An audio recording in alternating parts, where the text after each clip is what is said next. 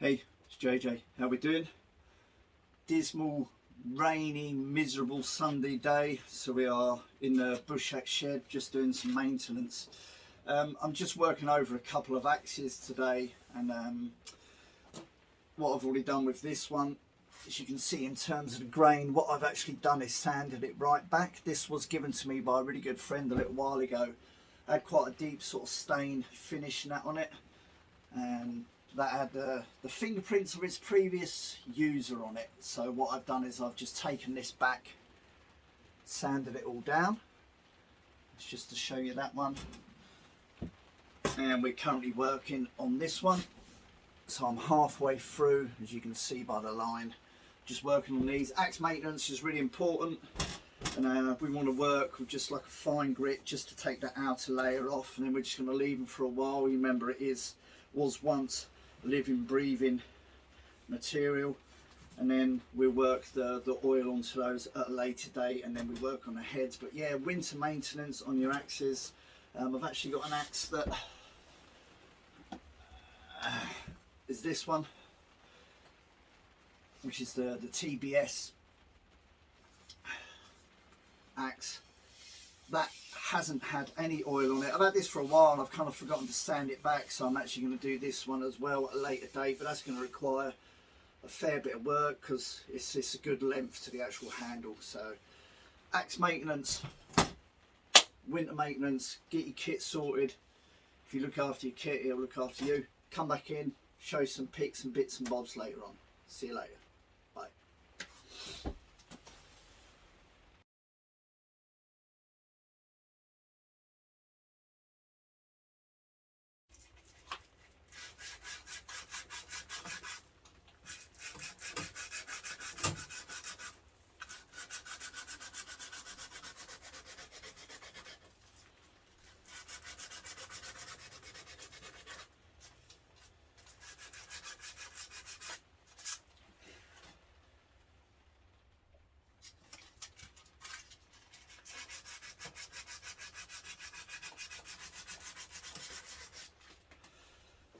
Hey.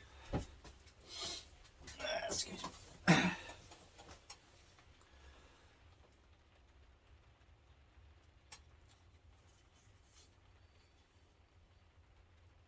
What I'm doing is just taking back a couple of years worth of oil on this axe, and I'm just going to sand it down nicely, take it all back off. You can still see where the oil and that is on this, so we're just taking it back really carefully. And since I've got my axes, I've always used boiled linseed oil.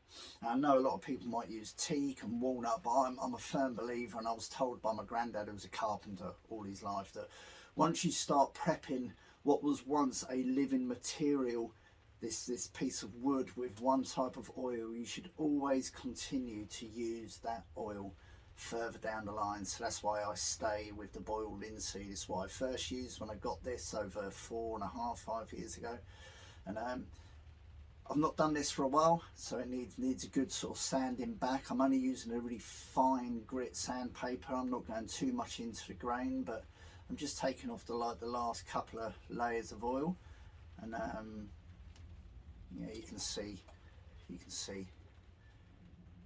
that line running down there. I've just got this face to do now, and that's a really important thing to do, and keep your axes in top tip working order. So I'm going to do the actual shaft of the axes and that first, then we'll work on to the actual cutting edge itself and get all these done. Winter maintenance is really important on your axes, and that's something that I actually like to do.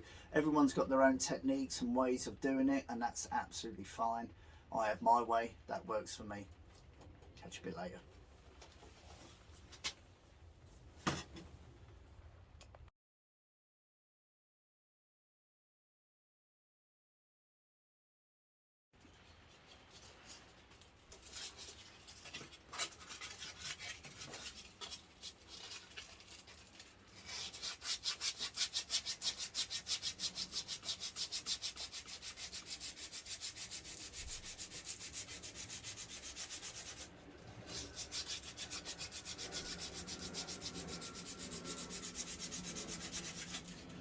My granddad, who was a carpenter, always sort of told me that when you're sanding back, you only ever work in one direction.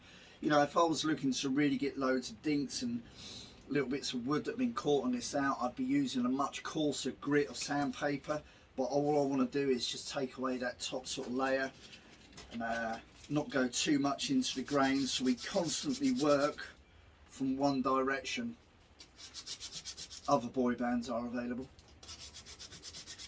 So not too much pressure, we just carefully work down.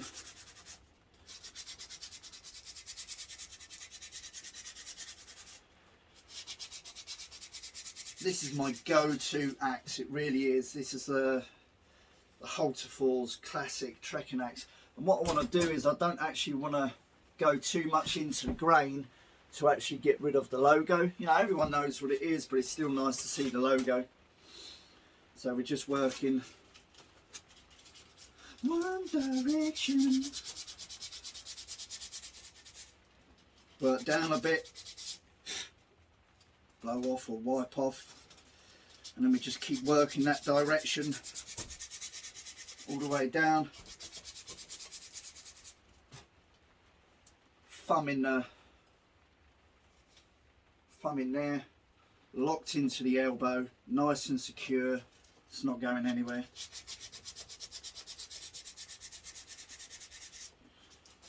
Everyone has their own way to doing this, and I've found a way that works well for me.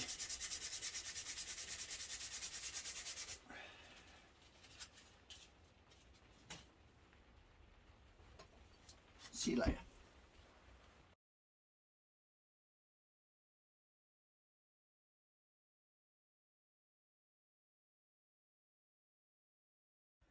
Okay, so I've got both the axe handles, the shafts have all been nicely sanded down now, and I'm going to work on the actual axe head itself. I've already done the littler one, and we've worked out all the little dinks and that on there. It's got a lovely little finish on it, and that's come out really well.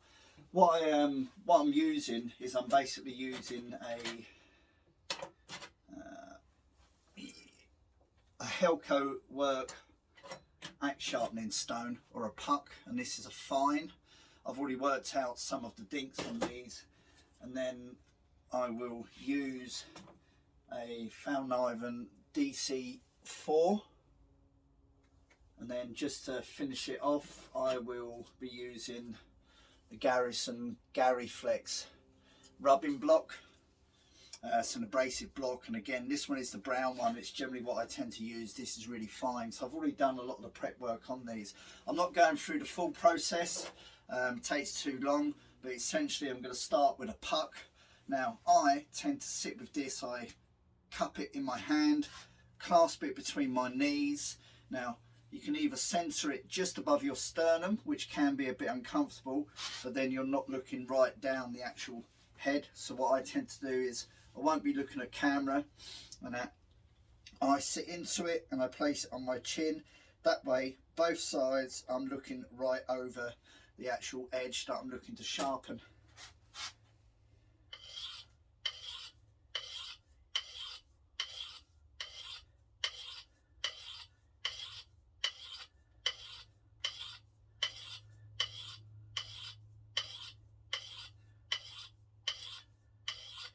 So I've just done 20 passes. I'm going to change hands, get ourselves in a position, centre the puck right, and that again.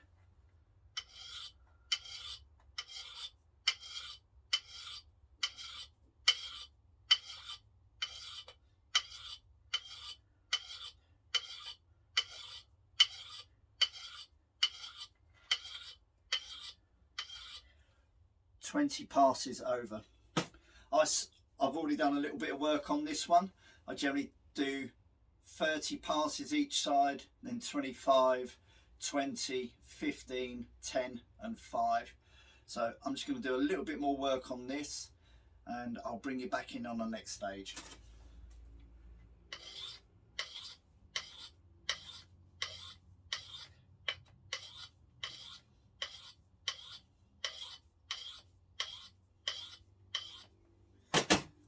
15.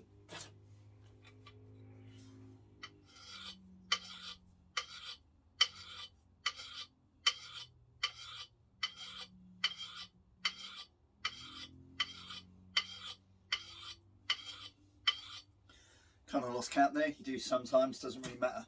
I'm going to do the next 2 passes off the camera, then I'll bring you in on the next bit. Hang on a second. So I've finished doing my passes. Now I'm just going to use the actual the goldy coloured side as it was of the DC4. With this I tend to centre this more in towards my sternum, not pushing too much, and I'm just going to run that.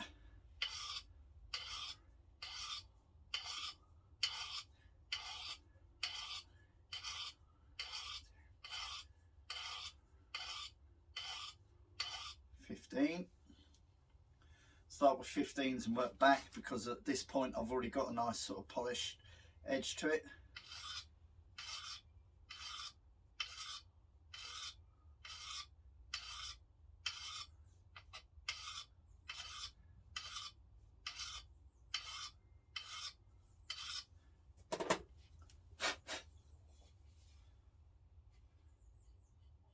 That is really sharp, that is really sharp. I'm just going to do 10s.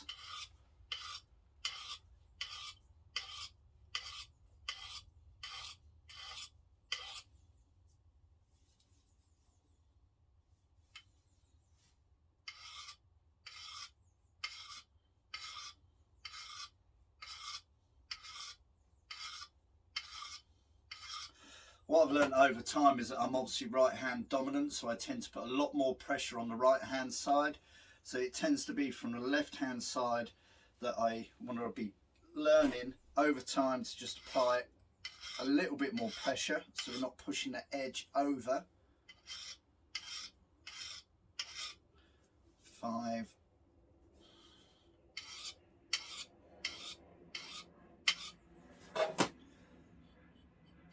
So I've already been working on this, and I am at that point where I'm really just happy with it. And then with the Gary Flex block, this is just taking that sort of fine layer off. Now I tend to then just place this over the knee, working over the top of the knee, and get the angle just right, and that's literally just to run over that polished surface, taking any tiny little burrs down. And I use this as well on the knife.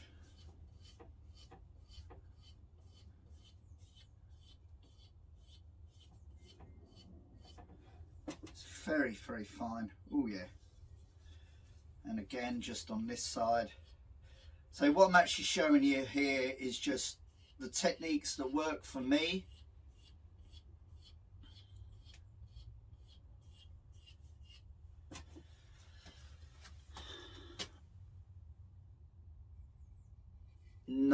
Nice edge on that, no real burrs, lovely finely polished edge to it.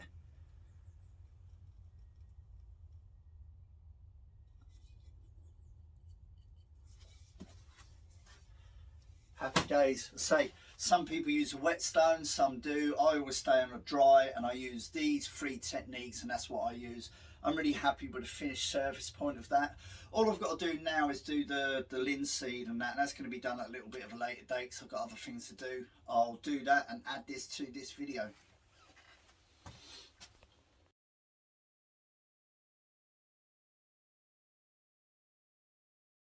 One of the last bits I'll actually be doing with the axes, and that's what I've already been doing on, is I'm working the leather care. I tend to use like 2 sort of products depending on the grade of the leather and the darkness of the leather.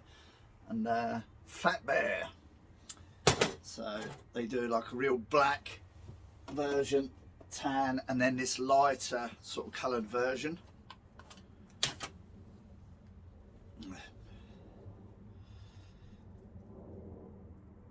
It's just I've already mostly completed this, but I'm just really working into the actual leather, which has immediately darkened it up before it sort of dries back out over the time.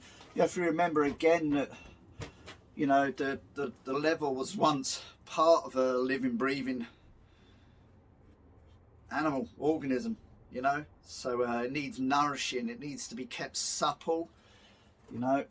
We just breathe some new life into it, just nourish it with some proper leather care. You can use dubbing, you can use whatever you want, but I got put onto this stuff a few years ago by a good friend, and this just really feeds it, it nourishes the leather, and we work on the strap around the outer surfaces, and that's already been given a really nice good coating, and we'll just let that dry and that will stay quite supple for a while.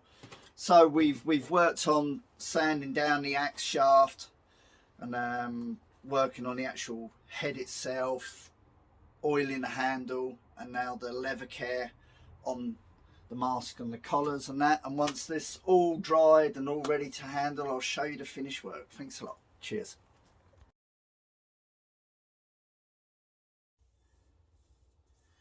We're finished pretty much. We are just applying some boiled linseed oil, as I already touched earlier. It's what I've already used on this axe in previous maintenance bits, and it's what I continue to use now.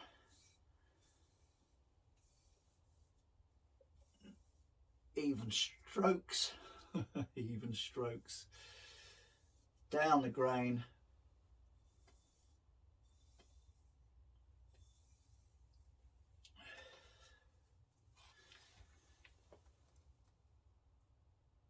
Lovely, lovely, lovely. And then what I'll do is I'm just going to leave that for a couple of days. Let's place that away. I don't want it falling over or knocking over anywhere. We'll leave that for a couple of days. We'll put another coat on. Job done. Absolutely fantastic. Brilliant, brilliant. I'll show you the final finished products when it's all done.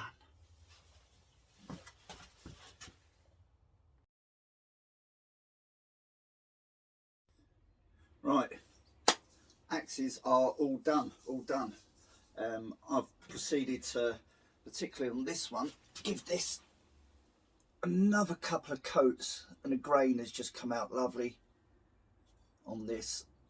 It's really nice. The head, lovely and sharp, brought back to a lovely edge. So the handle sanded down, because this is used virtually every time I go out. I've given it about another another 3 coats, so 4 coats in total, and I've just left these for a week now, a week and a half, yeah, probably about 10 days since I first started. And yeah, it's just been nice just to get both of these back up and running. I worked some leather care into the masks. This one's come out lovely. That has got a beautiful edge on it, and it's just work that needs to be done if you're using your tools and that all the time, just to get those all sorted. I'm axed up again, all lovely jubbly. Practice working on your knives and your axes and that, and just if you're not sure, ask for techniques and tips. There's reference guides and manuals and that out there, and a bazillion videos and that, but this is how I do it. It works for me. You might go about it another way. So yeah, axe baby, sorted. Thanks for watching. Catch you again soon. Bye. Gonna go and have a brew.